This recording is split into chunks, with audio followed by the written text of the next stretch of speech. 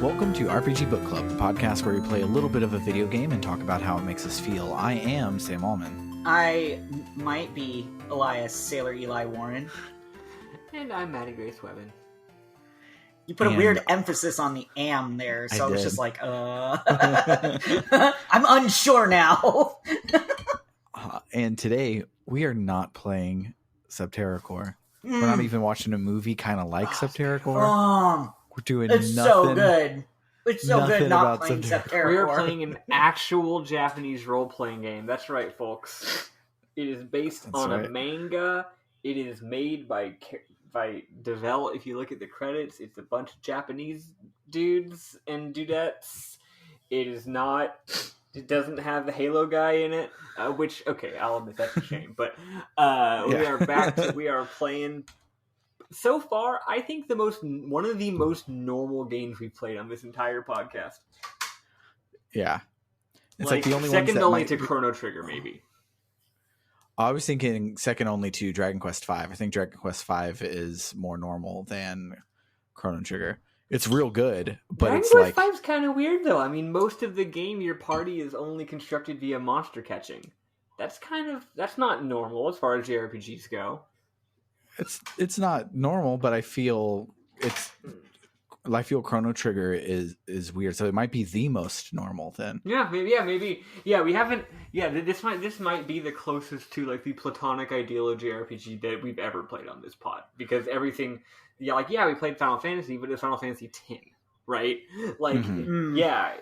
It's definitely up there. This Chrono Trigger and like Lunar was definitely like kind of a normal RPG, but also kind of weird ass, right?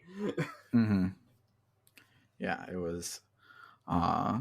We've started playing the normal shit now. We got through our weird phase, and now we're doing the normal shit. The problem with us playing the normal shit is it's with this being our quote unquote normal shit is it's all stuff no one's ever heard about, so we're still getting in our hipster card. Yeah. Well, it's because we had D-Squared Moratorium, but the thing is, we weren't going to play the normal Square stuff, because that stuff is way too mainstream for us to ever play.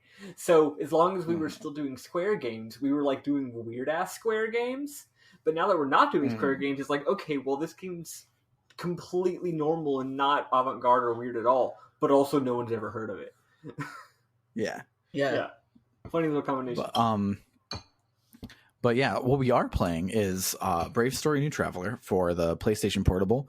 If you are lucky and you are listening to this in 2018, when we had this game, then you could buy it on PlayStation Network for I think it was like $10. If you're listening to this in 2018, buckle up. How are you doing that? Also, maybe warn President Xi about coronavirus. I would say warn President Trump about coronavirus, but that wouldn't do anything. So he was warned about it in the normal timeline, and it didn't do anything. But so otherwise you have to be like me and have bought a PSP to play this game countless years ago and then never played it until just now. The point is, in case Sam's funny joke was a little bit too obtuse, is that the game is no longer available in the normal way. Or rather, it's no longer available to download on Vita in the easy way that everyone can do. You would need to literally buy a physical copy of the game to play it nowadays, or use other methods. Yes. Don't know what those could be. Yeah, I can't. I can't picture them at all. All I know is Bernard sent me a Vita and it had the game on it, so I have plausible deniability. And whenever I hit the menu button, it has some kind of weird other menu than what I normally get. So that's who knows what's up with that? Bernard's looking a little sus.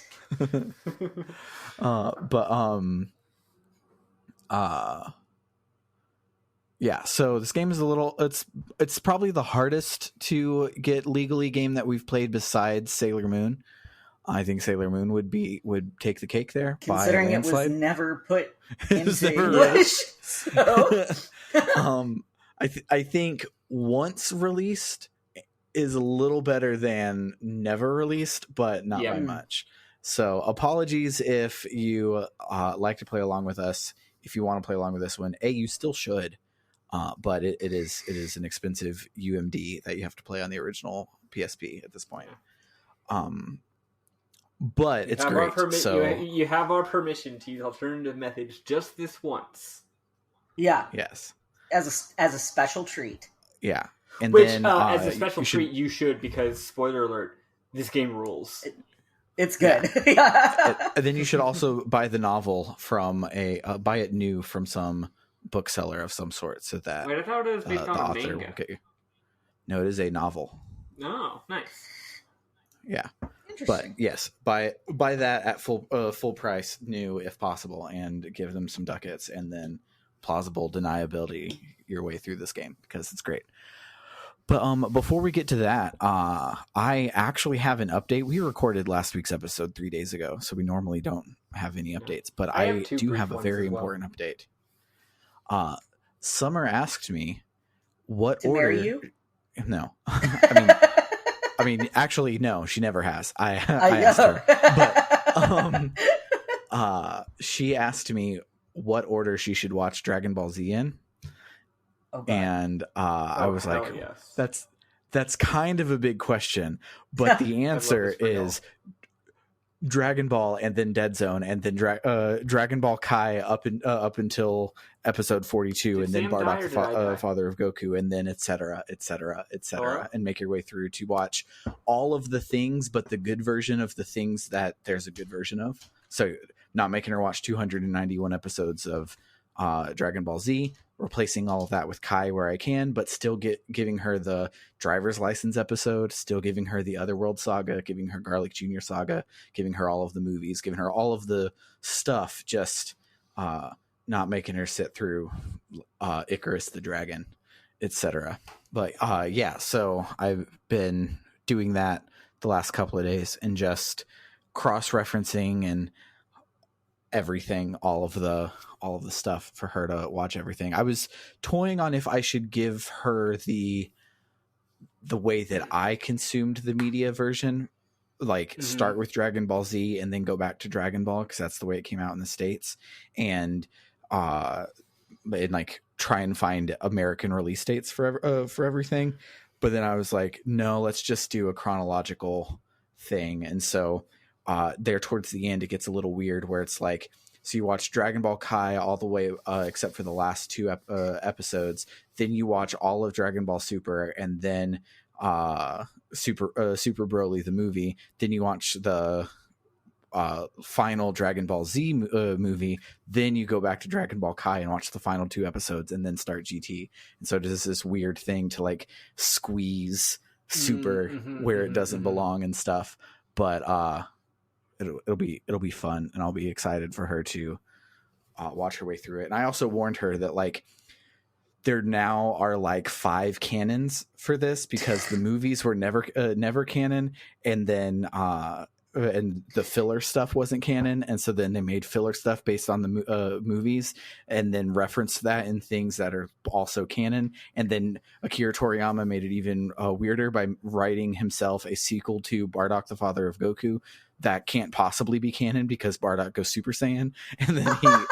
And then he also rewrote Broly to actually fit in canon, but it's happening later. So in this mega timeline she gets to watch the entire original Broly trilogy, which is great, and then pretend it never happened because he gets introduced again in Dragon Ball Super, and you have to deal with shit like that with Dragon Ball Z. I have a question that I might regret asking.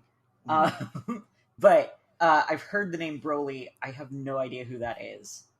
It's just some guy. It doesn't matter. He's some guy. He's some guy. The slightly more nerdy answer is he was one of the first people to go Super Saiyan, and he does it a little different than everybody else. Oh, okay. And because he does it different, he's kind of like real big and real strong. And he was the main bad guy / kind of anti-hero guy / guy for 3 of the non-canon movies during the original run of Dragon Ball Z. He's one of them big buff spiky haired dudes what fights. Yeah.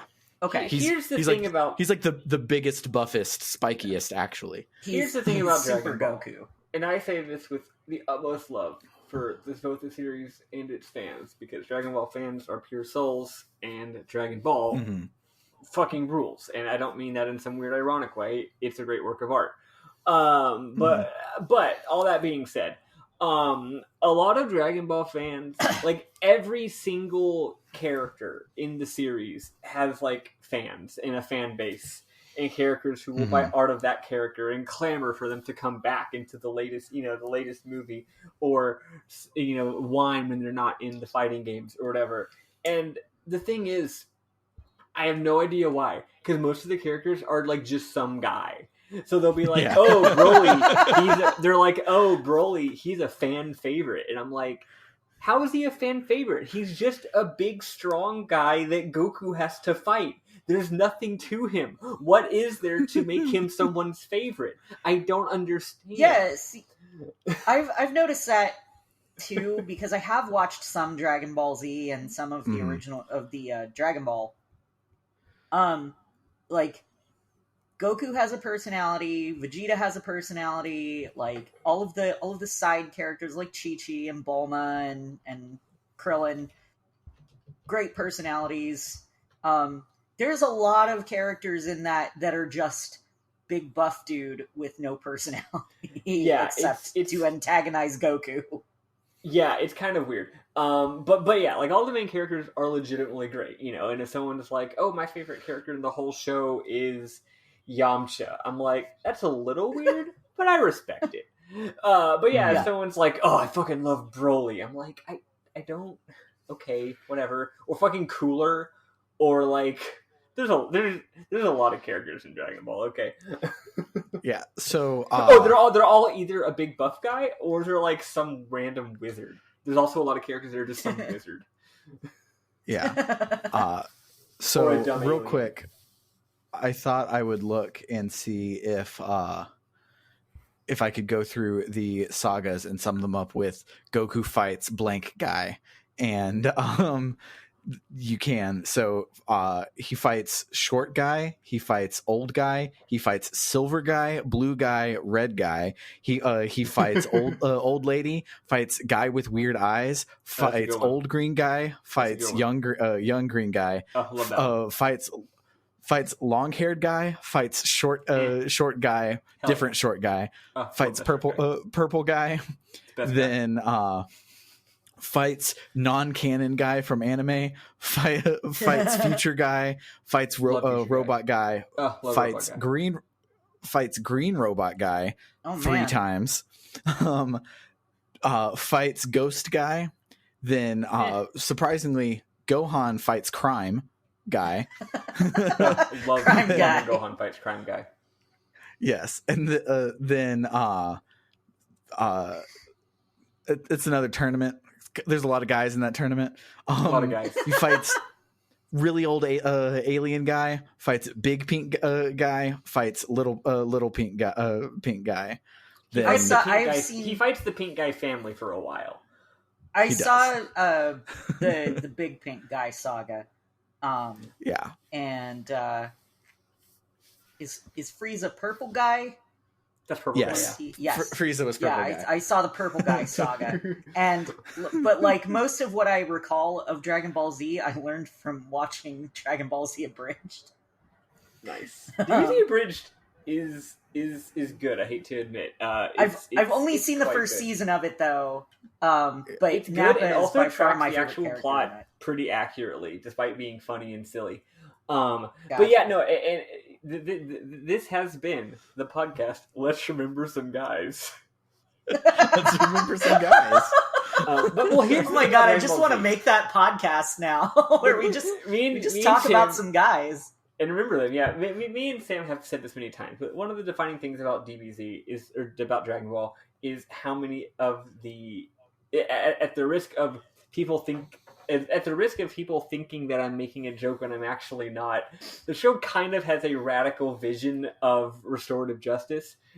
By that I mean pretty much most of the bad guys either become good guys or you never see them again, and only occasionally do they actually straight up die and then are dead. And that's usually because the heroes tried to make them be a good guy and they just weren't having it, right?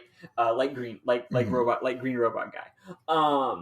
And I will say a lot of the guys do become much more interesting characters after becoming good guys.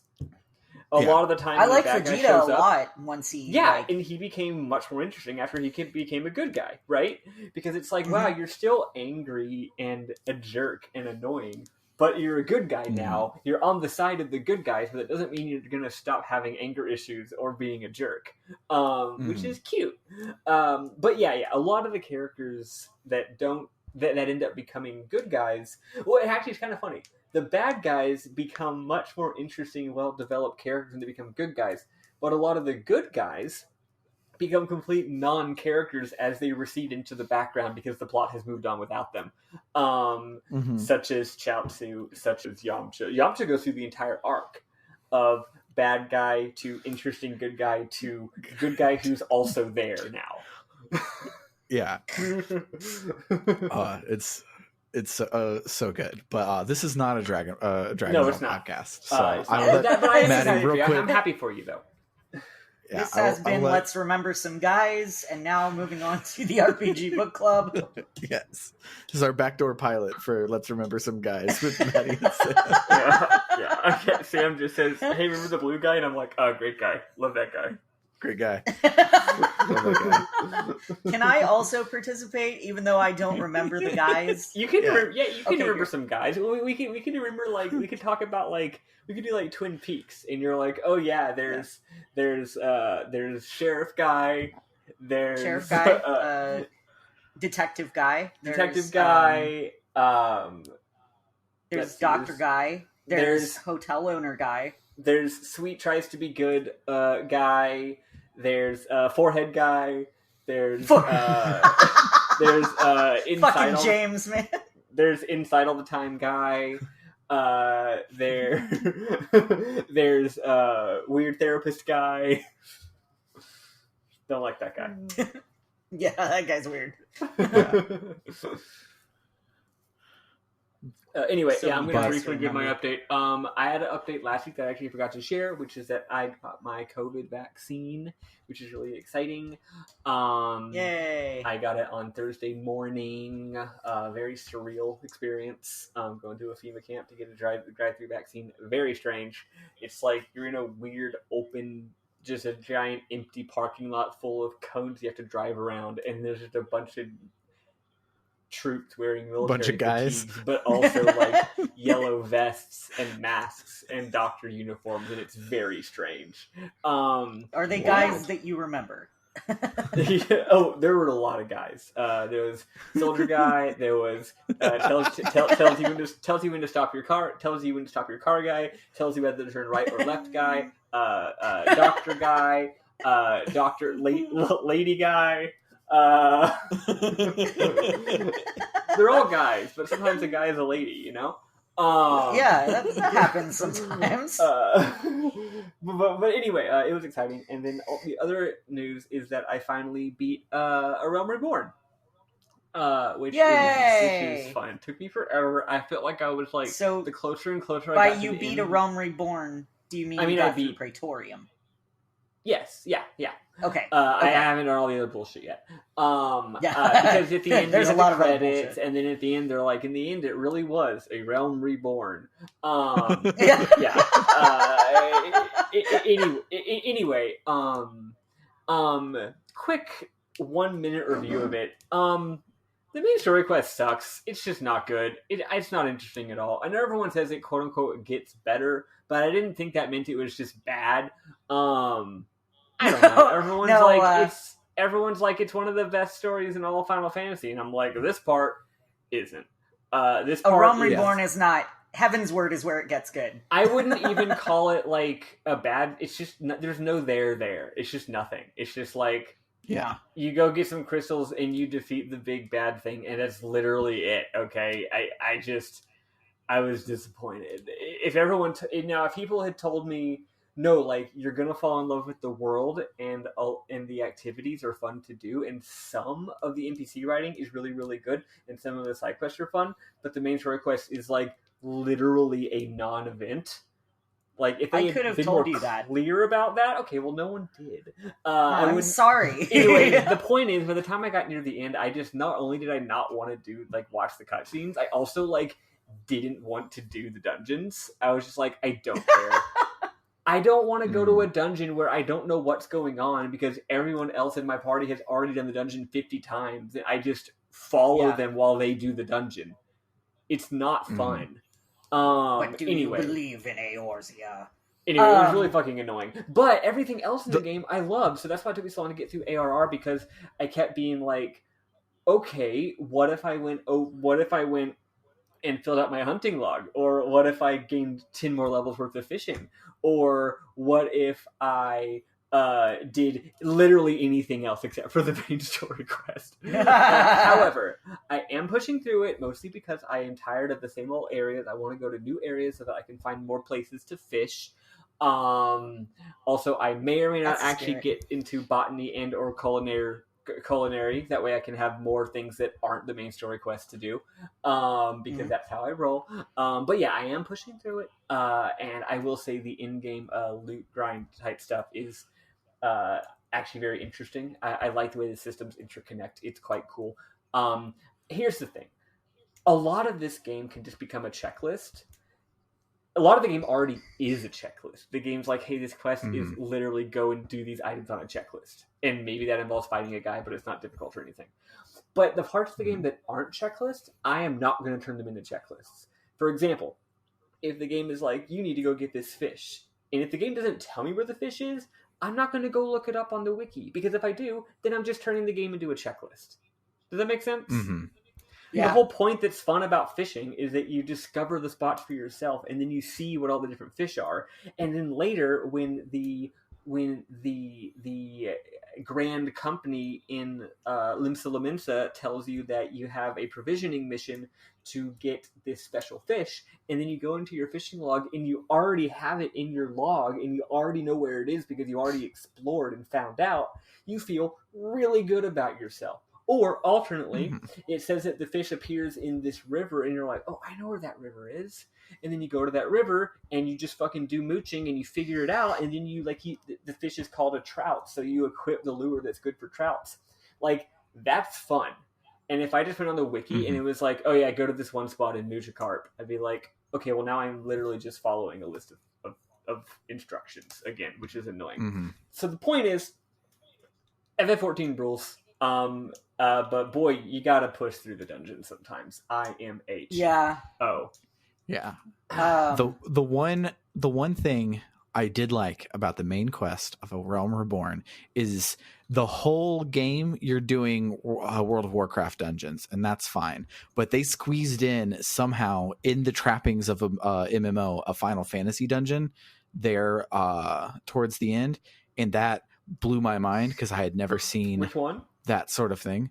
It's the one where you're like hijacking Magitex and you're breaking through the whole compound. Praetorium. See, that was lame. No, not Praetorium. Castrum Meridianum. Not the. It's not a actual like capital D dungeon for Final Fantasy 14. You are inside of the place of a castle and you are assaulting the castle. Oh, you mean that part? Regular quests, yeah, that part's dope. Stuff like that. that. That part. Yeah, I know what you're talking about. I thought that was really cool. Where it was like it was a Final Fantasy dungeon that they constructed out of quests. Okay, yeah, Praetorium was lame. That's Praetorium was lame because I got out in Mordona. Praetorium was lame because I got turned around at one point, and then I was behind the rest of the group. And then what kept happening was the rest of the group kept activating cutscenes. So they kept like activating a cutscene, and then I watch a cutscene of my character walking into a room and dramatic stuff happening, and then it goes back to the gameplay, and I'm meanwhile 5 hallways behind, and then I eventually catch up, and I'm like, oh, this is where that thing I just watched happened. This is dumb.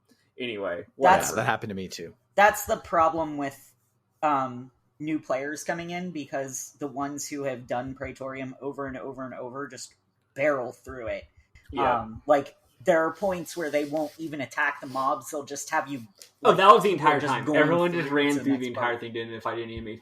And that's just so far away from the way I play video games. I mean, y'all know me. I play Yeah. games Mhm. really slowly. But when I get to a dungeon, I want to poke around every corner, and this game just does not let you play that way. Because if you do, the people you're Yeah. playing with are going to get really annoyed at you. And it's like, Yeah. I'm a new player. I don't love this game already. But if I play the game I want, the way I want to play it, all the veteran players are going to get mad at me. So it actually used to be that those cutscenes in Cassia Meridianum and Praetorium could be skipped. I noticed it was Which- weird they were unskippable. Yeah, they're unskippable now because a lot of newbies were getting left behind because they're trying to watch the cutscenes, That makes and sense. meanwhile, all the vets are just skipping past Barreling everything. through, yeah. So they, And they're getting mad at you for there watching is the cutscenes. actually, there is actually a trick that some people will do that involves disconnecting in order to skip cutscenes, which Oh is my God. also incredibly annoying. Buddy, if you're especially when doing there's new people roulettes, in there, but yeah, like if you're doing Yeah. Castor Praetorium, know what you're getting into, and like read a book, yeah. or like wash dishes. I've called it YouTube the dungeon. Yeah, But know what you're getting into, you know. I will say, be prepared for a lot of post-ARR pre-Heavensward quests that are fucking pointless. Like, No, I let's find Tataru a job. It's dumb. Well, here's the and thing. they I even, actually like, they pared it a lot down of the dumb some. stuff, though. It's actually when the game decides to be like, okay, no more enjoying the fun characters. Now we're gonna do it. We're gonna invade the place. Here's 10 missions worth of preparation to invade the place.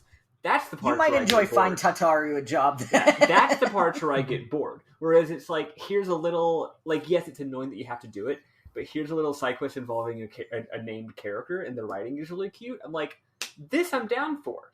It's, it just comes down to, if the main plot is boring, then anytime they make me focus on the main plot, I'm going to be bored. Whereas if they're not making me focus on the part that I think is boring, then I like it. Even if it's still technically the main story quest. Does that make sense? Yeah. Anyway, whatever. Here's the thing. I Heavensward is thought good, I though. was going to be giving a quick explanation of my feelings, but I forgot that the two of y'all were going to have y'all's feelings, and we're going to have this big talk because FF14 is very important to everybody. Yeah. Let's Anyway, remember all the point guys is, in even though I FF14. literally just... Oh my god, no, there's way too many guys. We cannot remember all the guys. There's so many FF14. guys. Way too many guys. Anyway, the point is, I just bitched about the game for a straight 10 minutes. It still rules, and you should still play it. It's just kind of a dumb concept. Sometimes it's just like, this isn't working at all. I don't see any way that this could work in the context of an MMO. Like, there's no way it could work. So it's not really their fault it doesn't work, but also, it still doesn't work, and it's dumb. But anyway, that's my life. Got my vaccine, got my FF14, got my girlfriend moving in a week. Life is good. Hell yeah. Excellent. Got my good video game. Any real quicks you want to add before we dive right in, No, I'm good. Eli? Oh, you mean Eli? I thought you were making fun of me. I do. I mean, No, I'm always making fun of you, but I got fucking nothing going on except Final Fantasy 14. oh, good. How's that? How's that? Yeah, going? Can we yeah, talk right? about that for 10 minutes. Knowing you having nothing going on is the best thing we can possibly hope for. So, Right? Right? I know. It's great. So yeah, we will listen to the Lanka track, and then we'll talk about this video game.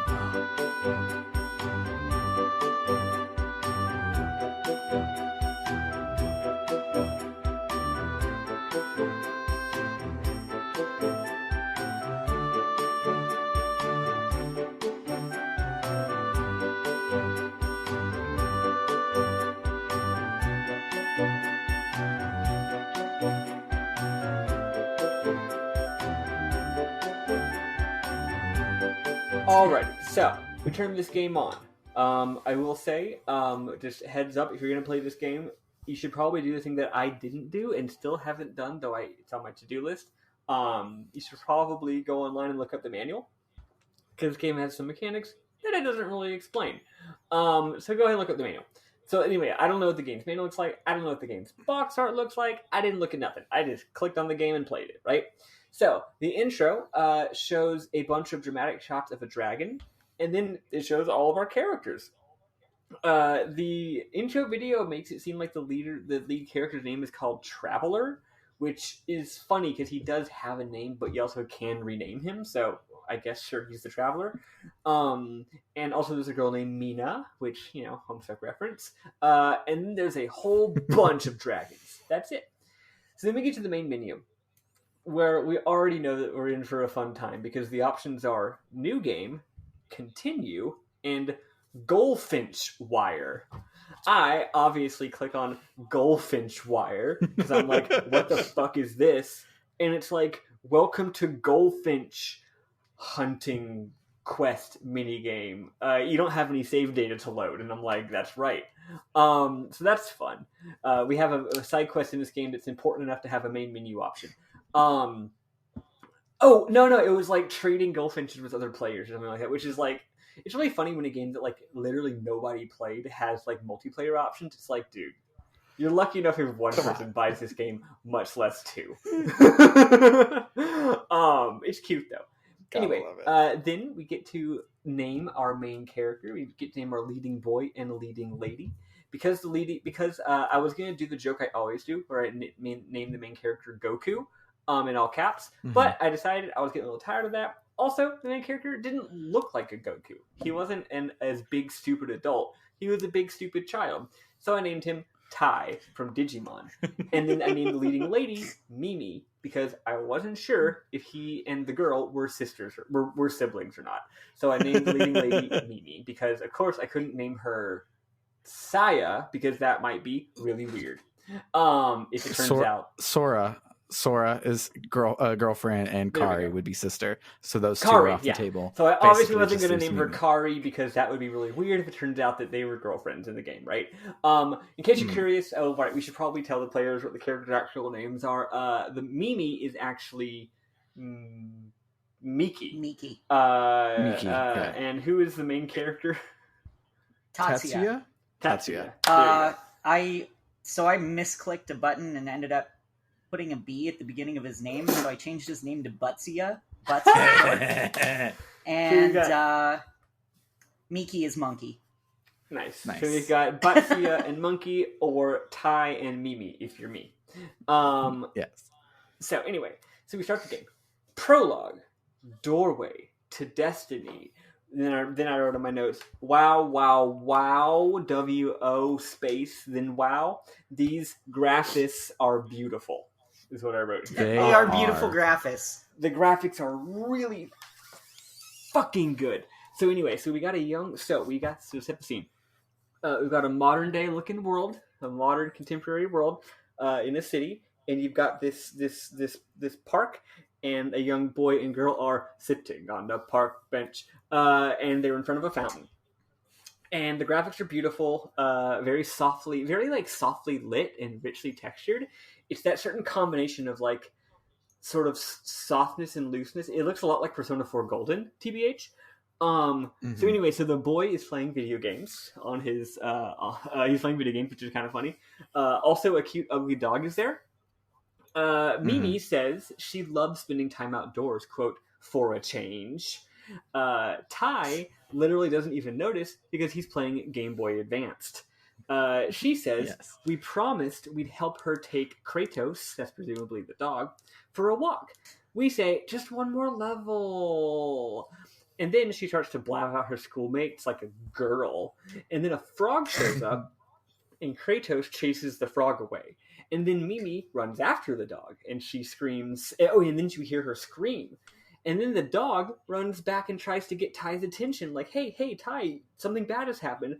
But this entire time, Ty is doing the exact same animation of playing his PSP without noticing any of this. It's kind of hilarious. He finally does notice Kratos and notices Mimi is gone, and then he runs off to chase Kratos. He comes across, Mimi lying on the ground. We cut to a few days later. Turns out Mimi had just fainted and she was taken to the hospital, and they don't find any signs of physical or mental trauma, but she won't wake up. Distraught, Ty runs up to the roof of the hospital, but he trips, and his Wonder Swan color clatters to the ground. He hears a mysterious female voice. "It hurts to lose someone dear to you, doesn't it?" she says. Then we realize, holy shit, that frog is behind him. The frog is the lady that's talking. The frog then says a lot of words. This game is very wordy, and not in a bad way. I love the writing of this game. We need to look up who did the localization and give them a shout out. It's really good. But sometimes the writing is a lot more than necessary, so I'll just condense it. The frog says that if Ty wishes to save his sister, he needs to go on a long and arduous journey, basically. He says, that's right, this is an isekai story. Time to go on a long journey. So then the frog gives you a thing that I didn't get the name of earlier, so now I'm going to scroll forward to when I did get the name of it. Sorry, give me a second. It is the Traveler's Mark. That's what the frog gives us. Mm-hmm. So the frog gives us a Traveler's Mark and says, hey, you got to give the Traveler's Mark to the Watcher. And then a big door shows up. It's the door of Porta Nectere, and we go through the giant door, and that's the prologue. So then, Chapter 1, Lao and the Cave of Trials. Cave of Trails. Is what I wrote. So Ty awakes in a foresty JRPG-ass village. The music is fantastic. We walk slightly north and talk to a, quote, goldfinch. It's a cute little bird. The goldfinch reminds us to always inspect pots for treasure. Then there's a shack and a whole line of goldfinches blocking our exit from the forest. Turns out we're not in a town, we're just in a forest with a single little shack. They say we can't leave until we find a map. So we go to the shack, get a map, and leave the forest. Turns out we just left, quote, Wayfinder Lao's hut. And the only other thing on our map is the Cave of Trials. Well, there's Lao in the Cave of Trials. That solves that mystery. Yeah, done. Got it. Figured it out. We know what we know the chapter has. These chapters Quest have complete. very, very descriptive titles. Yes. In the cave, the birds sort of taunt us about how we're going to go into the dungeon, but it's dangerous. We do. And then some filmmaking happens, and there's 4 guardian statues, which say they need to question us before they let us go through. We then do the same thing from the beginning of Kingdom Hearts, where they ask us these questions like, oh, do you value strength or protecting your friends? And you answer a question. And then they're like, they're basically saying, hey, do you want strength or do you want defense? Hey, do you want magic or do you want agility? But they ask it's an interesting little character customization thing. Yeah. So they're giving us our starting stats, right? I beefed mine the fuck up. Yeah, I was just like, make me slow and tanky and powerful. I think I did fast and powerful and magic-y because I was like, none of it probably matters. So I'm going to do not just hit very hard, but spoiler, he still hits real hard and has no magic yet. I did Glass Cannon. I gave him strength instead of defense, and then I gave him agility instead of defense. Nice. And then I gave him protection against magic. So anyway, so after you do this, a fucking wizard shows up. Turns out it's Wayfinder Lao. He says he's a guide to all travelers new to the world of, quote, vision. We show him our traveler's mark. He also says that I guess you could call me a watcher. And we're like, oh, a watcher? I'm supposed to show you this thing. So we show him our traveler's mark. He tells us what our stats are, and he tells me that my rank is Novice Brave, Prototype 3. I'm guessing that's everybody? Yeah, that's what I got told. Interesting wording. But probably. When I see Prototype, I'm like, okay, is some Xenogear shit going to be happening later? Then he gives us our equipment, aka makes us look even more stupid. Except he says, incredibly stupid. It's really dumb. like Dragon Quest 2 hero stupid. Yeah. He says that we look really good though, unlike the quote impudent rapscallion who arrived a bit earlier. So that's something to make it. The main character of the novel. Yeah. Oh. That's Really? interesting. Anyway, the point that's something this is a side story to the novel. Oh, that's actually a little bit less interesting. I figured it was like gonna be like the main villain or something. Anyway, he makes us do a really tiny dungeon with a quote-unquote puzzle that I didn't really understand, and after just 2 battles, which could have theoretically been 0, we finish the trial and get warped back to the Wayfinder's hut. It's a very basic dungeon. What's up? The puzzle is flip the bird to open the doors, which I thought means was click on the things. Okay. Yeah, you just click on the bird statue. But you don't click on the ones. Flip the bird has a different connotation. Yeah, I actually was pretty sure I got the puzzle. The puzzle is that you have to turn the bird to face towards the open door, and 2 of them are already facing that way. And if you click on them, then you get attacked by monsters. So it's like, no, you didn't need to click on them; they are already good. Which I did. But I wanted the XP. Yeah, which is fine. The problem though is that the birds who give you the puzzle, who give you the riddle, it's like 3 different lines worth of riddle, even though only one of the lines is actually important. So that's why I was confused. I was like, is there more to this? Nope, that's it. So there is more to it, but so there's too much to it. So the ones that you're supposed to do are the ones that the thing you're trying to do is light all the torches, and the torches are outside of the doors where the birds are not facing the right direction. But also, if you walk in every door and there's a bird facing away from the door, then you just turn the bird. And so the whole thing about the torches and that being your actual goal is kind of secondary, and you don't actually. So there were just multiple clues recognize telling you to do the same thing. Yes, that's why it was so confusing. Anyway, the point is, I got through it easy. You just go and click on everything, and then you're done, right? You can have between 0 and 2 battles, which are very, very easy. 0 and 6 battles. There are 8 doors you could go through. Oh, I guess I didn't do all of the unnecessary ones. There were 6 doors that I saw. Were there really 8? I think there's. I don't know. I thought I went through every single door. There's a lot of doors. 2 of them gave me battles, but whatever. Maybe I lucked out. So anyway, we finished the quote unquote trial. And we get worked back to the Wayfinder's hut. He says, good job. Now you get some lore. So the world of vision was created by the great goddess of destiny. Travelers come here to have their wishes. Travelers, capital T, not just anybody. Travelers have come here to have their wishes granted. Now that we've gone through what was admittedly a formality, we must brave many perils and go to the Tower of Destiny, where the goddess will grant us a single wish. Oh, well, that sounds pretty easy. We just hightailed over to the Goddess of Destiny's tower. No, you fool, you moron. Your Traveler's Sword, which is a reflection of your inner strength, has 5 slots in it. And you gotta collect the 5 magical MacGuffin gems and put them into the slots so that they'll become the Demon's Bane, which will open the way to the Tower of Destiny. Now, there is one interesting thing. I think they give it an interesting little twist here. They say, the gemstones will find their way to you after certain ordeals. And then he can't, and this is paraphrasing. He says the gemstones will find their way to us after certain ordeals, but he can't say what they are. So he's literally just like, yeah, just go out there, man. Just be brave, creative, resourceful. Just like be a hero in general. Just do stuff and you'll get them. Which I think is neat. He's not telling us go kill the 5 dragons. He's just like, just figure it out, man. Just do it. Reminds me of Ultima 4, actually.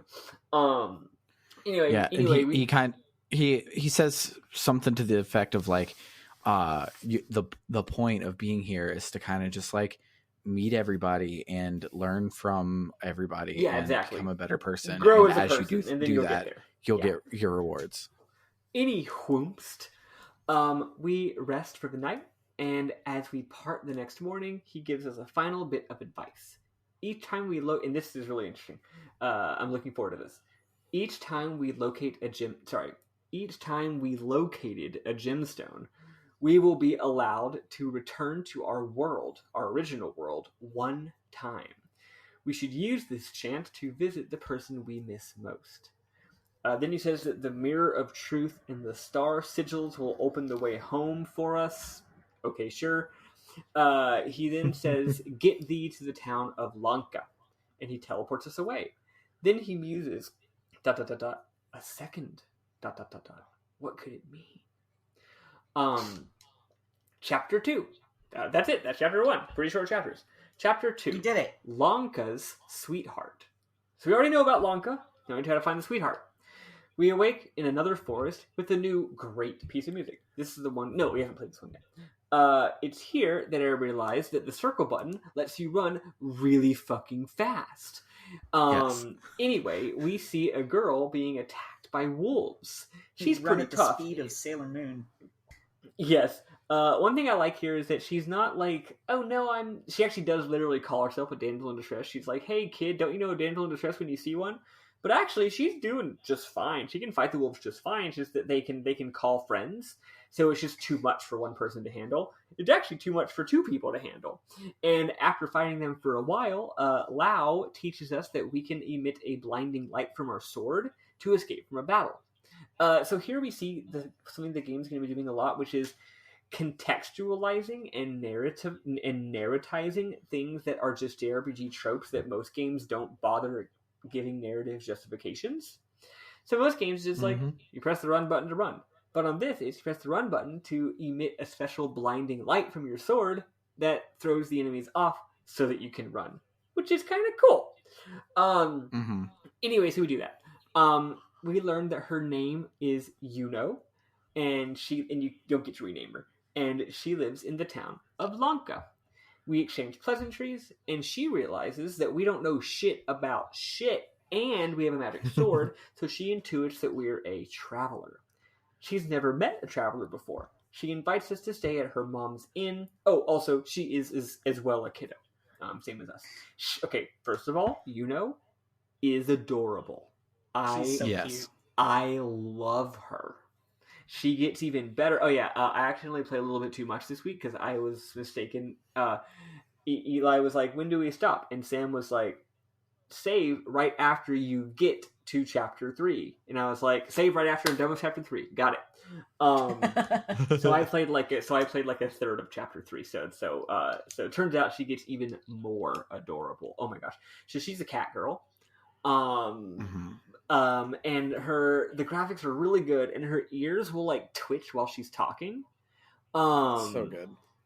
She's just great in general. She's really good. She's very much a stereotypical character. She's spunky. She's kind of got a bit of a temper. She's Misty from Pokemon. Like, she's that trope. But guess what? She's adorable, so I don't care. Also, turns out this game has party chat. If you press R, Yuno will talk to you. Although she only tells you just what your goal is, so it might not really be party chat. It might just be remember what my goal is. But so far we haven't had another party member yet, so I don't actually know which it is. But still, try pressing R to have Yuno tell you what you're supposed to be doing at the given moment. Anyway, we arrive at Lanka, which you heard the music earlier. It's fantastic. Also, this town is very zoomy outy. Oh yeah, I said the game's beautiful, but we didn't talk about what the graphics are. The graphics are, it's top down, typical JRPG camera angle for most of the game, but it's full 3D graphics. Your characters are 3D, the environments are 3D. They treat it like it's a late PS1 pre-rendered graphics game, but the camera can get off sticks if it wants to. So it's like you don't have camera controls. You just kind of look at it the way they want you to look at it for whatever that scene is. Yeah. But then you get into a cutscene and the camera like can move and all of those things. And it's super good. Yeah. So like it's even more simplistic. Yeah. So it's even more simplistic than like Xenogears or Dragon Quest V, because you can't even like rotate the camera, right? But like Xenogears, actually, yeah, like Sam said, it's so cool to have that traditional top-down view, and yet, anytime they want to, they can do cutscenes and have, like, camera angles and do stuff with it. It's like, it's really the best of both worlds, honestly. And also the character models. The character, if you recall the PSP is a pretty powerful little machine, right? I don't know how it relates to the PS2, but, like, it definitely is a lot closer to the PS2 than it is PS1. So, like... Yeah. This game looks and feels like a PS1 game, but the graphics are so much more technologically advanced than any PS1 game, and the character models are like really detailed and really expressive and rich. which is why these characters are so endearing. At least so far, because of how expressive she can be. It's really great. The main character is not endearing because he just looks like a dumbass. But he's still cute. And is a silent protagonist. So anyway, now that you get a feeling for what the game looks like, Lanka makes use of the game's full 3D nature because it's really zoomy outy. So the whole time you're in the town, you just have a really, really high zoomed out angle that you don't get in the dungeons. And as someone who accidentally went to a second town this week, I'll say they keep doing that for future towns. Nice. So we go to the enormous inn, and introduces us to her folks. They reprimand her for not bringing her dog like they told her to. She didn't bring her dog into the forest. They're like, hey, if you brought your dog, you would have had protection from the monsters. Did you notice what the dog's name was? What was the dog's name? Sotark. It is Kratos spelled backwards. So here's the thing. Oh my god. I 100% noticed what was going on here. So I was about to say in my notes, the dog is the same kind of dog that we had back in the real world. So obviously there's something weird going on here. And yet I did not notice that the dog's name was Kratos backwards. In fact, I accidentally clicked through the cutscene, and then when I went back to put the dog's name down, I had already forgotten it. So thank you, Eli, because even though I had already kind of intuited what was going on, it turns out it's much more obvious if you're Eli and can pick up on obvious clues. Yeah, I was just like, that's a weird name for a dog. So also in just a little bit, I'll just go ahead and spoil it. In just a little bit, we're gonna tell that she is very similar to Mimi. What did I name her? Mimi. To Mimi, which means there's definitely some Terranigma thing going on here, and I know that neither of y'all have played Terranigma, but in case any of y'all out there have, Terranigma has some a character that you meet that's a duality version of another character. I'm saying there's some Twin Peaks stuff going on. Okay, we got some tulpas up in this bitch. So yeah, I'm really interested to see where that goes. So anyway, when she tells her parents that we're a traveler, the dad excitedly starts asking us all these questions, and then the mom is like, "Stop being rude." And then we go out so can show us around the town before dinner. Okay, so town stuff. I'm not going to read all the town stuff, but I'm going to read some of it, and also we have plenty of time. So, we're almost done. So, this continent is governed by the United Southern Nations, the USN, which are the quote-unquote nations of Nacht, Bog, Sasaya, and... wait, hold on.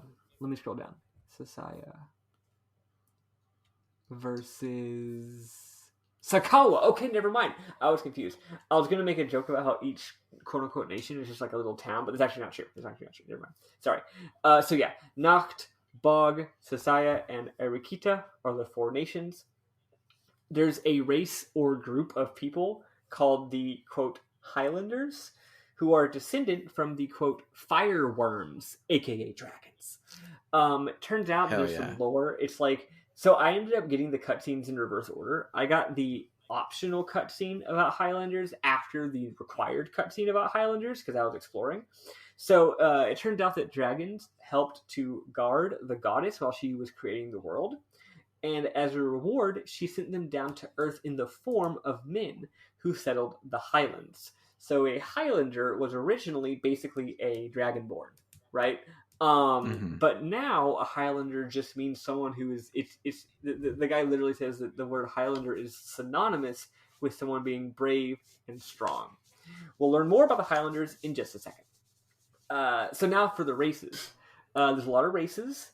The most common are Anka, which I'm guessing just means normal humanoid looking person. Also Kitkin, which is cat person. Is half Kitkin. Her mom is Kitkin, and her dad is Anka.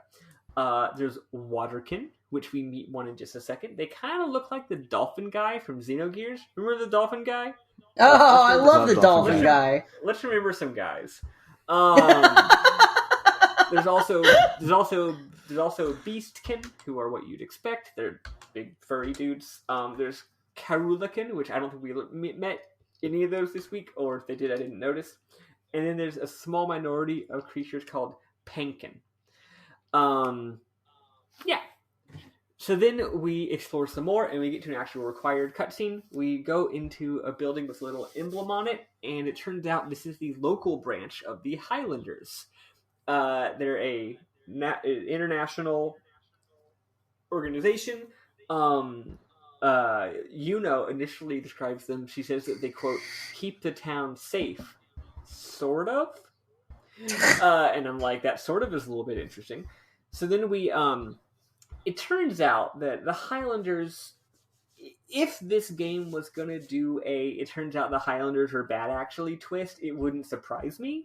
But it's not super obvious either. So they seem like they're if the monsters are invading the town, they protect them, right? But also they keep the peace by taking down, thieves and brigands. Also, they are international. They seem kind of like a combination of like cops, knights, mafia, and what's the word? Masons. I'm not really sure. They are exactly the Bracers, and if you want to know who the Bracers are, tune into our Ko-Fi special of Podcast no Kaseki, where we play the Trails games, in which Bracers are a whole thing, but they're this whole thing. Yeah. So anyway, we'll find out more about them later, I'm sure, right? Also, to be clear, the Highlanders are not all Dragonborn. That was what they were originally. Now it's just an organization that you can join. In fact, they mentioned that they do take bounties on monsters, and that they're not currently hiring, but if you go to a later town, you might be able to get hired as a bounty hunter. So is like, ooh, I want to join, which is weird because like you think she would have figured this out by now. Also, they simply, one thing that I do like is they don't call it they don't say, oh, go down to the Highlanders. Each local branch is simply colloquially known as a branch. So they'll be like, oh, where's the branch at? Oh, where's our local branch? Oh, call the branch, which I think is cute. I think that's just interesting to me. So anyway, we do that. We do that. Let me back up. So a little bit more exploring. Right outside of our inn, we run into a lady named Marie, who is hanging around outside looking troubled. Presses her to share her woes, and she says that she dropped an accessory in Lanka Forest. The accessory was a gift from her craftsman boyfriend. Volunteers to go get it. So we do that. That's literally it. Okay, it's funny to do the whole you do that joke, but I might as well explain. We go back to the dungeon we were at earlier. When we were there earlier, there were a bunch of logs blocking some areas, but it turned out that the Highlanders cleared out the logs. So we can explore the dungeon more. There's actually lots of really good loot in this dungeon, but it's not really necessary. And eventually we find an earring, which is like, you found an earring in an entire forest? It's got good eyes. That's all I'm saying. I can't fucking find an earring inside the room I know I dropped it in moments after dropping it. If the room has carpet. Much less. It's gone forever at that point. I somehow managed to misplace earrings during coronavirus. Do you know how many locations I go to? One. I go to one location. It's my bedroom. And somehow I managed to lose earrings. But then whenever I lose them, I think to myself, it probably is under something, but I am going to be moving out of this location eventually. I'm sure if, worst case scenario, when I move, I will find all these earrings. And you know what? No, I didn't. They just got vanished they got despawned because I didn't interact with them for long. They just got despawned, okay? Whatever. So anyway, the point is, is really good at finding earrings. There's not even a boss or anything. It's like the most nothing dungeon ever. So we do that. When we go back and we give her the thing, in thanks, she gives us an accessory book and craft tools so that we can make accessories. At this point, the game is like, yeah, we're going to be giving you lots of tutorials. So it turns out that every time you kill enemies, they drop like items. like a hide or a red stone or whatever. And it turns out you Mhm. shouldn't just go and sell all those at the general store like I did earlier. No, you should in fact keep them because you use them to make accessories. This game is very generous. This game gives you 1 armor slot, 1 weapon slot, and 3 accessory slots per character, which is a lot. So I'm sure that crafting all kinds of interesting accessories is probably going to be a big deal in this game. Kind of like Lost Odyssey. So yeah, but it's pretty simple. Each accessory, you have to find a blueprint for it. So you gotta find an item that tells you how to make it, and then you gotta have the items for it. That's it. Back at the inn, we enjoy a taste. Everyone, us, and her parents enjoy a tasty dinner, while we, the players, enjoy some nice graphics. Eventually, Yuno's mom tells Ty that he should head to the town of Lyris because it's beautiful, and he'll have a nice time there on the way to his eventual destination of the Tower of Destiny. Then, out of the blue, Yuno says she's going with us. The mom is upset. Also, we, the players, are surprised, but not that surprised. I mean, this is a JRPG. People do join parties for no reason at all. But still, it's like, girl, you've got a home. You're a child with 2 loving parents. You're just going to leave to hang out with this guy, right? But then the dad actually says, he's like, yeah, go for it. The mom is really upset about this.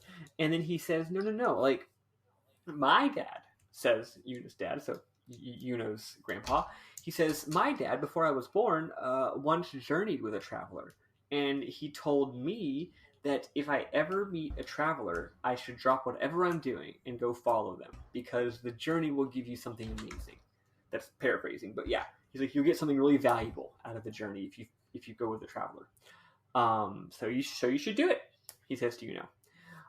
So we stay the night, and in the morning, the dad gives Yuno her grandpa's good luck charm. Before we exit the city, Yuno asks us, she's like, hey, before we go, I gotta ask you something. We're like, what? And she goes, what is the wish that you want granted? So we tell her, and then after we tell her, she realizes it's a really sad story.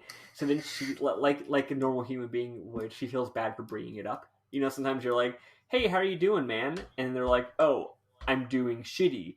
A bad thing happened. And then you're like, oh, well, now you're all depressed because I asked about it, right? So she feels bad for bringing it up. But she says, I had to ask because I wanted us to really feel like we were in this together. And then she asks, what's Mimi like? And we can, we, the silent protagonist, say without a dialogue box that she's a lot like Yuno. And she goes, what? She's a lot like me. What does that mean? And here we get to pick one of 2 things. We can either say, and they're both dangerous. Neither of them are safe, non-dangerous things to say to someone. We can either say you're both bossy, or we can say you're both kind of cute. Which, spoiler alert, those are the same thing. Anyway, I told her that she's bossy, and the way it works is I literally click you're bossy, and as soon as I click the option, he presumably, as an protagonist, says you're bossy, and then his character model turns around and bolts. Yeah. And she's like, what do you mean bossy? Get back here. And she runs off, and that's the end of the cutscene. Did either of y'all pick the other option? I think I picked that she was cute, but I don't remember exactly what happens. I think she was just like, oh, teehee, why would you say something like that, Baka? I've been playing real sassy this time. So yeah, I told her she was bossy. Yeah, I've been playing kind of an asshole as well, because I don't know, that's just, I mean, literally the first cutscene we get of this kid is him ignoring his sister to play ignoring his sister to play Engage, right? Wait, Miki is his sister? I thought they were friends. The hospital, when they went to the hospital, I thought they said sister, but I could be wrong. I could have misread that. It makes more sense if you know its alternate universe version of Miki, then it makes sense that she's not the sister. That way she can say things like "you're kind of cute." So okay, well, whatever. The point is, the first meeting we get of the main character is him, fucking off to play his Game Gear. So yeah, I've been playing him as a bit of a jerk too, which is fun. But he'll go through an arc, right? So anyway, that's it. That is the end of Chapter 2. And then we see the name of Chapter 3. Don't worry, I'll repeat it next week. But technically it did happen this week, which is that Chapter 3 is called A Gentle Heart and the Mirror of Truth. So I'm guessing within 10 minutes of starting, we're going to meet someone with a gentle heart, and then 5 minutes after that, they're going to tell us to go get the Mirror of Truth. Yeah. It's not going to be subtle at all. Yeah, that's the first 2 chapters, plus prologue of Brave Story New Traveler. Let's listen to... what track should we listen to? Forest music. Yeah, let's go ahead and do the forest music because it's great. I was going to say get the battle theme out of the way since it's actually not that good, but the battle theme will be here forever. We might never hear the forest music again, so you should definitely go ahead and play it.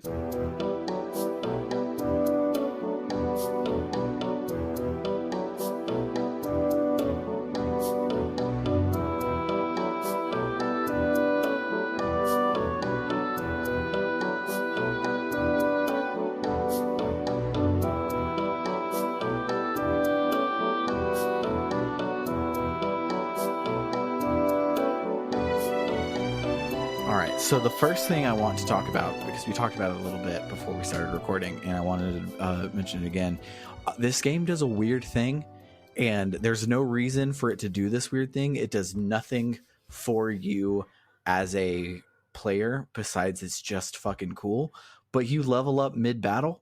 So if there are 3 mooks and 2 mooks will level you up, you will be a higher level when you go to kill the 3rd mook. And it's just really cool. Like, cool.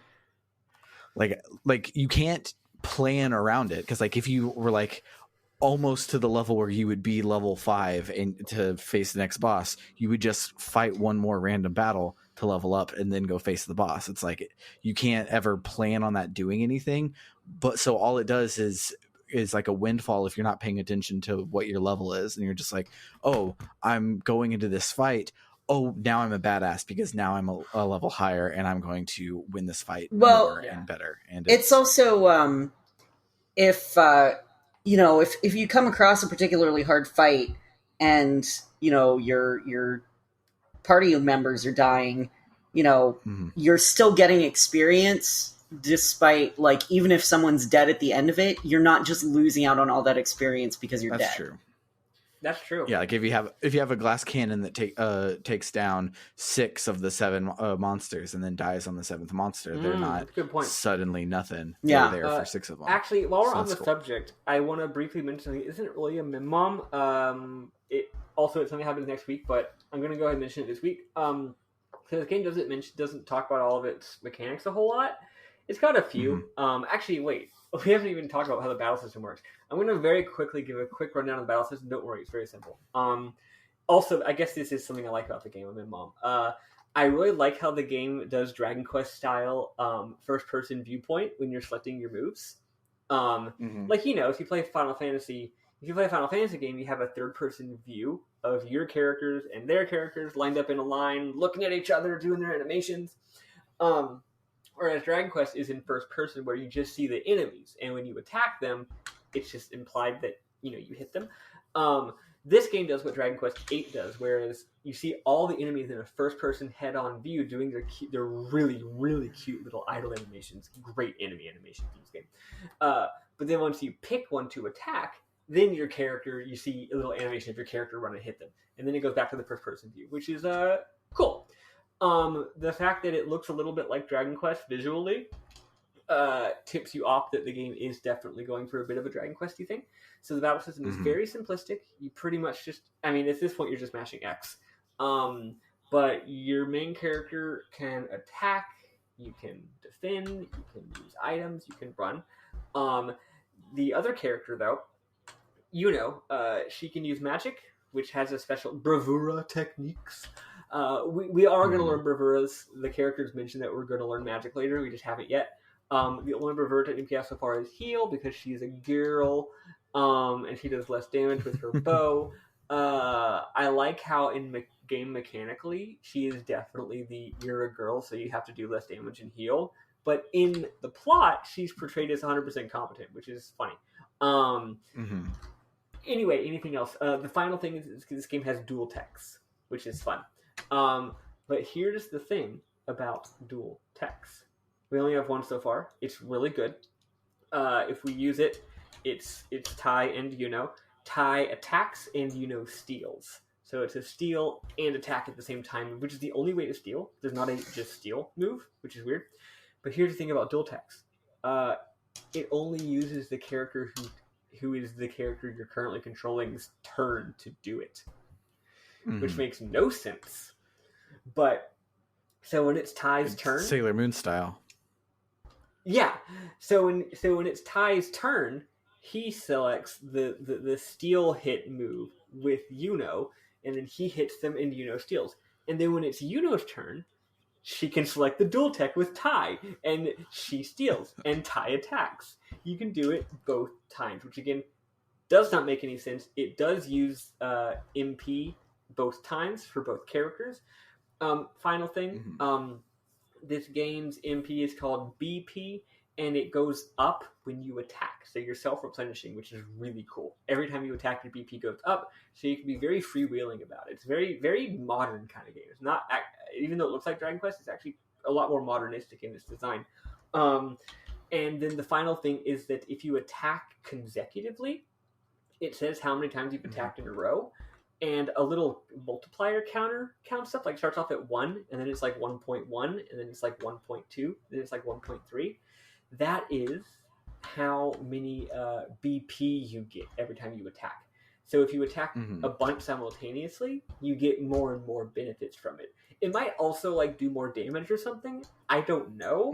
But as far as I can tell from what the NPCs in the game told me, it at least having a high combo makes you get more BP. So it encourages aggression by attacking a bunch in a row instead of stopping to heal or whatever, which is cool. Okay, thought I would give an overview just so that y'all have any idea what kind of game we're playing.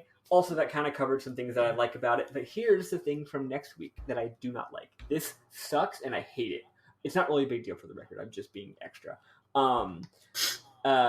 Whoever deals the killing blow to an enemy gets more XP than the other party members. I always liked that. Hate that because I like to keep my party members at the same level. And now I'm going to have to be like, oh no, what if so-and-so is getting under level because she never gets the closing hit? But, I mean, you're talking to someone who, if I'm in a dungeon in Dragon Quest and one of my characters dies, I'm not going to fight any more battles because I don't want the other characters to get ahead. Don't worry, I eventually get over that and just say fuck it. But like that's what I want in my heart, right? So anyway, it's simultaneously something that I think is annoying and also a helpful tip for those of you who would care to know that. You're welcome. Nice. All right, back to Mim-Mums. Yes. So the other thing, speaking of battles, we're not quite to Mim-Mums yet, but the graphics for when number go up are real good. They are like manga sound effect pop out of everything, and it is great looking. Yeah, and it didn't need to be sound effects. It even says like skirt or clang when you hit the enemies. Yeah, it's really cool. It's super good. But the other silly ones I had is there's a random guy in Lanka. His name is Troon. And you talk to him and he goes, "I say, you seem woefully lacking in the bird department." I'm like, what the fuck? And the fuck does that mean? He's like, wait, are you not? Have you not heard of us? The social network of bird lovers, aka snobs? Sure, you've heard of us. Yeah, that part's really good. It's so good. Is he saying then that the bird is the word? Yes. God. I mean, everybody has heard about the bird. Yep. Yeah. I also loved I love a whole lot. The way she just phrased, she's localized incredibly. She's so adorable. So her parents are like, where the fuck are you? You've been out for so late. And she's like, yeah, I was attacked by some wolves. I thought I was doomed, but then Tatsuya came along and saved my biscuits. Yeah, that was a cute line. Yeah. And then the last thing I had is just kind of cute. She asks you where you're from, and you say that you're Japanese, and she goes, Japanese? I've never heard of that one before. And I'm like, oh yeah, isekai. We're here for all of this stuff. Our silent protagonist is going to silently say the word Xbox or something, and they're going to be like, what the heck's an Xbox? And I'm ready for it. Love that shit. What about you, Eli? So this game got its hooks in me real early with the frog lady, because so when the frog lady's like, now rise and fulfill your destiny, you can choose to rise, or you can say, but I'm scared. And she goes, true, you could turn off the power on that machine you're holding and forget it all. And I love a self-aware game. I just love it so much. And so I was like, all right, I'm here. I'm doing this. I'm going to adore this game. It's funny, that line made me think, and that's not the first reference there's been to that. I mean, that's the first obscure, that's the first overt fourth wall breaky line. But earlier in the game, when Mimi is giving you 1-4 for being a lazy dumbass, she's like, you know, I know in your games that you're always playing, there's these big heroes that save the day, but in the real world, like, if you want to be like that, you gotta, like, be a man and, like, walk the dog, right? Yeah. Given those two lines, I really thought the whole isekai thing was going to be like, he gets sucked into that game he's playing, like Final Fantasy Tactics Advance, and the fact that that wasn't what happened was funny to me. I was like, oh, the game is just a metaphor. He goes through a magical door. He doesn't get sucked into his video game. Yeah. And the line that the goldfinches give is, flip the bird if it's sunlight you seek. And I'm just like, so do I need to just, like, give the sky the finger? Is that what's going on? Let's see. The first thing that Lau says to us is, what a peculiar turn of events. And I immediately got, it seems you've met with a terrible fate vibes. Right? Which is from that kind of game, at least so far. Yeah. Which is from Majora's Mask, by the way, for anyone who hasn't played it. Which I don't know who hasn't played Majora's Mask, but, you know, I'm sure someone. Let's see. Oh, and I think Yuno said this. She said something about travelers coming from the real world. So, is this world not real? She said real world. Weird. Yeah. I mean, it does seem like it's a place that explicitly exists for little boys to go through adventures on, which is interesting. Interesting, like, fake world. Oh, what happens to the fake world when you're done with your adventure? What's going to happen? Again, very Final Fantasy Tactics Advance vibes. Yeah. Let's see. Oh, and when you explain that you're a traveler to her, she says, you know, I always thought they were big and burly and had hairy chests, and I'm like, that's how I feel when I look in a mirror and I don't see those things. I thought that I was a man, but I don't, you know. Let's see. Oh, I also, Yuno has little animations for her ears, and they're so fucking cute. Yeah. Ugh, they're adorable. Again, these little 3D models are beautifully modeled, beautifully rendered with their soft lighting, and beautifully animated. Yeah. Oh, and then my last one is when Yuno wants to join the party, you have a couple of choices. I don't remember what the nice one was, but I went with the sassy one, which was, why me? And she just goes, she's just like, oh man, you mean, why am I so lucky that I get to hang out with you? I love her. She's great. We stan Yuno. We do.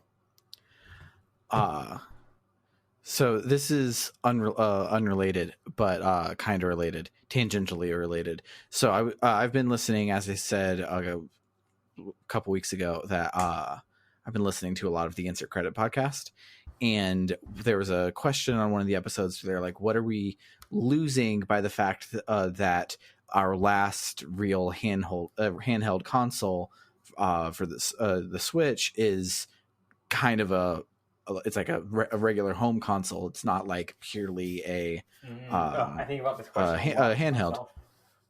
And one of the things they brought up is they were like, well, the handhelds were always a generation behind. So you got people with like all of the things that you've always wanted, like, oh, I love Super NES RPGs. I just wish they had modern conveniences. Those always happened on handhelds because they were an old, the old hardware. So like, for example, Golden Sun is a Super NES RPG. It's just on the Game Boy Advance, so it has more modern things on it. And Brandon Sheffield mentioned that the DS was just a more powerful N64, and the PSP was kind of just a PS2. And this game is very much we've been making a lot of PS2 games, and so now we're going to like keep the spirit of the PS2 alive, but do different weird shit because we've moved on for that. So it has a lot of aesthetic things that happen in PS2 games. Kind of feels like a PS1 game is a PSP game. It just fits in this weird post PS2 idea. Yeah, the problem with the technology being reinvented every 5 or 6 or 7 years is that game development techniques and methodologies and even design trends are also constantly getting reinvented, and you can't really go back. Like you'll have an idea of a certain kind of game, and it gets iterated on and improved as multiple people make the same kind of game for a couple years, and then that's it. You don't get any more iteration because they stop making that kind of game and go on making a new kind of game, right? So yeah, by having the portable games, you have a longer period where all the people who are making those lovely PS1 games can continue to iterate on that style of design for another 3 years on portable consoles. And yeah, we don't have that anymore. I mean, we do if people do it very intentionally in the indie scene. But it's a big shame. Although I will say, I did just look up the translators or the localizers. I think it's just it's some company called. I had to do this. I couldn't find it online, so I had to do something very scary, and I hope that y'all appreciate me. I had to watch the game's credits. Wow! So I just skipped through the credits without spoiling myself, and I didn't spoil myself. And I found out that the credits is annoyingly just some company called 84 Limited, and there's a bunch of names I never heard of. So I'm not saying they're not important, but I'm saying we will shout them out at the end of our series because they're just some guys. Okay. And then we'll remember those guys. Yeah, there's like 5. It's like a team of 5 or 6 guys. So I'll make sure to shout them out at the end of the game after we've seen more of their work. Is it not just Xseed? Because Xseed is on the front and is credited on Wikipedia as their localizers. It says translation. English text translation 84 Limited. This is probably a company that Xseed like contract with or something. Okay. Yeah. I just I thought you were doing a bit when you're like, yeah, it's localized by some company called Xseed, but no, you actually meant some company. It's some guys. I have 2 quick memoms. Actually, no, 4. One is that, like I said, this game's graphics are beautiful, but at one point you are in a giant barn, and everything is normal size except that there's an absolutely enormous shovel and an enormous giant pitchfork that are they're like 4 times as big as you. So that doesn't make any sense. The game set dressing doesn't match the size of the characters, which is the thing that happens in games sometimes. But it's just quite funny. I laughed. When you're outside in the town, again, the graphics are so beautiful and so detailed. Going in and out of one of the main gates that you can't open, it's not the door that you come through, is like a bunch of tracks going through the dirt, showing that many different vehicles come and go out of these doors. And some of the tracks like veer off in a direction towards other buildings. It's just really cool. Finally, two more. Like most games, you have like Final Fantasy X or whatever. You have little healing orbs you can click on to heal, and also save points. They are separate, so technically you can have one without the other. The save point is called a memory sphere, and the healing bauble is called a healing glim. And also, only travelers can use them, someone mentions. So again, kind of cute. They're getting over the whole, like, wait, what if normal people could heal themselves at any time? What the heck does saving mean? It's like, no. This is only for travelers. Normal people don't interact with these. These aren't part of the game's world. Also, the traveler world kind of exists for your sake. Interesting. Also, they have one more little plot thing. So, like most games, like Dragon Quest games and stuff, every inn has the same little sign on it that says inn. Every armory has a little armory sign on it. Every weapon store has a little sword symbol on it. But in this game, an NPC tells us this is because they're all in the same trade guild, and that actually the little sword sign isn't just a sign that says, "Hey, we sell swords here." It's actually the emblem of the Blacksmiths Guild, which that's cool. It's just such a little thing, but it's cool. All right, that's everything I got. Awesome. One thing that I got is a RPG Book Club T-shirt, because my proof came in from our new merch company, Printful, and it rules. It looks really good. Which one did you get? I got the Lost Odyssey cover, so the current cover of the podcast. I got that one on a shirt, so I have my own face on a shirt because I'm Metallica. It's the only people I've ever seen to do that publicly, wear their self on a T-shirt. But yeah, the shirts are real nice.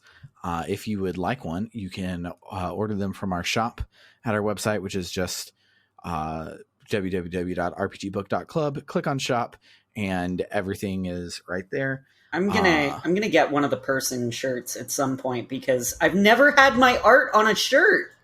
That's super fucking cool. I'm so excited. Yeah, it's super dope. It's not my best work, but whatever. Whatever. What is? Good, so. It's true. Maddy looks phenomenal on that shirt. He did a stupendous job on that. Thank you. Look good. But, Sam looks extremely hot. Here's the thing. It's not that Eli's not hot. It's just that Eli was Jansen. And Jansen isn't that hot in the art. But Sam got to be Kime. So Sam Eli didn't draw that. Eli didn't draw that one. Eli drew the Persona 3 I drew the Persona one. Was Akihiko. Yeah. Oh, but isn't that the art? No, the Persona 3 the Persona 3 one is Persona 3. Lost Odyssey is Lost Odyssey. No, I know, but Eli was saying that his Yeah, there are two shirts up on our website right now. One is the year 2 art, I one is the year 3 art. I only saw the Lost Odyssey shirt. Yeah. Yeah. No, and Eli drew the other one. And in fact, when you said that, I was like, Eli didn't draw that. But then my brain was like, I guess I must have remembered wrong. No. Didn't draw that one. Not taking credit for that. I legitimately thought you didn't draw that. That's not your art style. But then I was like, but Eli just said that he drew it, so I guess I'm wrong. I am not taking credit for someone else's art. I promise. I'm sorry for confusing everybody. Well, the person who did do the art for that made Sam look the hottest out of the three of us. Sure did. Yeah. I look spectacular. Shout outs to Sister Orator, developer of Lint that we've played on the podcast before. They drew the art, and It's real good. I'm real happy to have it on a shirt. But right now we have 2 shirts and a beanie up. The beanie's actually embroidered, which is real cool, but that makes it real expensive. So don't go in expecting cheap beanie prices. But yeah, I'm real excited for all of those. I'm not sure exactly how like picking your size and color and shipping address and all of that works. So if you want a shirt and none of it makes sense, I will reach out to whoever's the first one to do it and figure out the best way to do all of these things. So if you want to contribute in a great way, besides just giving us money, you can go and buy us a shirt and help us with all that stuff. Otherwise, you can hang out with us on our Discord. There's a link there on the website. And our Discord is a nice, fun place where we have lots of friends. Don't think we got any new people this week, but them's the break. It's kind of a lull in the Discord right now. So nobody cares about Subterra Core. No, nobody cared about Subterra Core except it was the best numbers we've ever done. So maybe no one cares, but maybe everyone loves it, or maybe everyone tolerated it. Maybe everyone's just going through a lot of shit right now. Didn't have time to do Discord, right? And that's probably the truth. But if you want to come and hang out on the Discord, we are all really responsive. There's just nothing new happening besides Nintendo Directs. So if it's not a Nintendo Direct day, it's kind of real quiet. But yeah, come hang out with us. We're all fun, and we love all of you. We did recently unlock our playthrough for The Last of Us, so that'll be happening soon. We also owe a commission for Dandy Dungeon. We're just trying to beat that game because that game is it's real short, real bite-sized, but also kind of takes a while to get through. You can't really binge it that much. So we're making our way through that one. That episode is coming soon. Lots of cool stuff. If you want to follow all of it, our website, again, is www.rpgbook.club. But other than that, we are done with tonight's episode. So I am Sam Allman. I am Elias Sailor Eli Warren. And I was going to do a cute little clever sign-off, and then I realized it's from next week. So never mind. You'll hear it next week. Toodaloo! Toodaloo, folks.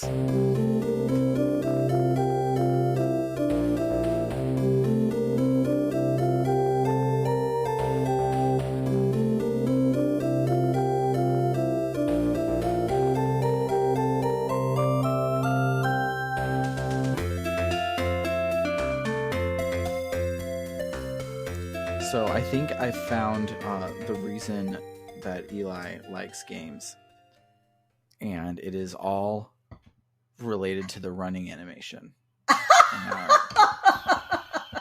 All right, let me hear this theory. What, like bad running animations? No, just it has it has to be something about the running animation needs to be unique to that game. Otherwise, he won't like it. So, Sailor Moon runs goddamn fast. Really good or really bad. He likes that game. Chrono Trigger is a really bad running animation. He likes that game. The version of Lunar that he's playing, you don't get a full run. You can press the run button to like jog for a little bit, and then it slows back down afterwards. But it's like harder to control while you do. It's the dumbest thing in the goddamn world, but it's weird, and therefore really he liked that game. This game runs goddamn fast. Lost Odyssey runs goddamn fast. Phoenix Wright, there is no walking animation. That's weird. That is weird. Dragon Quest V doesn't have running at all, but you kind of walk at the speed of running. Yeah, which is kind of you walk weird. pretty fast, and you have a instead of having a horse, you have a fucking wagon. So that's cool. Yes. And Dragon Quest games do that thing where when you're standing in place, you like still do the walking animation. You walk in place all 24/7. So yeah, this is just a very we're just living in a very legs-based economy, basically. Yes. I do enjoy a good leg.